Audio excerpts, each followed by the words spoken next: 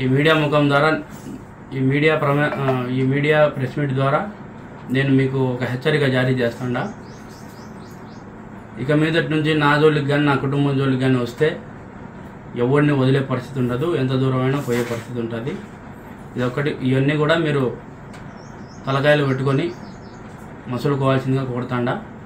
దీని మీద కూడా కేసు పెట్టి మా నాన్నగారిని ఎవరైతే అటాక్ చేసినారో వాళ్ళని కూడా చట్టపరమైన చర్యలు తీసుకోమని ఎస్పీ గారిని కూడా కలుస్తా.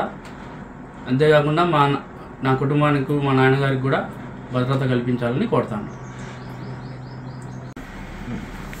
మా నాన్న ఏం చెప్తున్నారంటే అటాక్ చేసిన వారిని కూడా నేను గుర్తిస్తాను, ఎందుకంటే వాళ్ళు మాట్లాడేటప్పుడు వాళ్ళ మగంతి కూడా నేను చూసినాను. ఒకవేళ గుర్తు తెలియని వ్యక్తులు అనేదానికి కూడా నేను చెప్తాను, వాడు ఎవరైతే అటాక్ చేసినాడో మా అన్న జగన్ మీదనే పోటీ చేయాలా అని ఎందుకంటాడు, పోటీ చేసేంత మగవాళ్ళని ఎందుకంటాడు అంటే దీన్ని బట్టి వాళ్ళ వైసీపీ అనుచరులని నేను గుర్తిస్తాను. ఆల్రెడీ నాకు పోలీసు రక్షణ ఉంది, కానీ మా నాన్నగారికి కూడా పోలీసు రక్షణ కల్పించాలని కొడతా ఉంటా. ఎస్పీ గారిని, ఐజీ గారిని, సిబిఐ సంస్థ వారిని కూడా కొడతా 12వ తారీఖు.